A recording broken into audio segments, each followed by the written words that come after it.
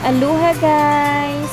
Birthday ko pala no, October 28. Tapos ito yung mga ganap. Gumawa ako ng choco moist na cupcake. At thanks God. Nasarap pa naman sila. Ito guys, simple na yung handaan namin. Importante.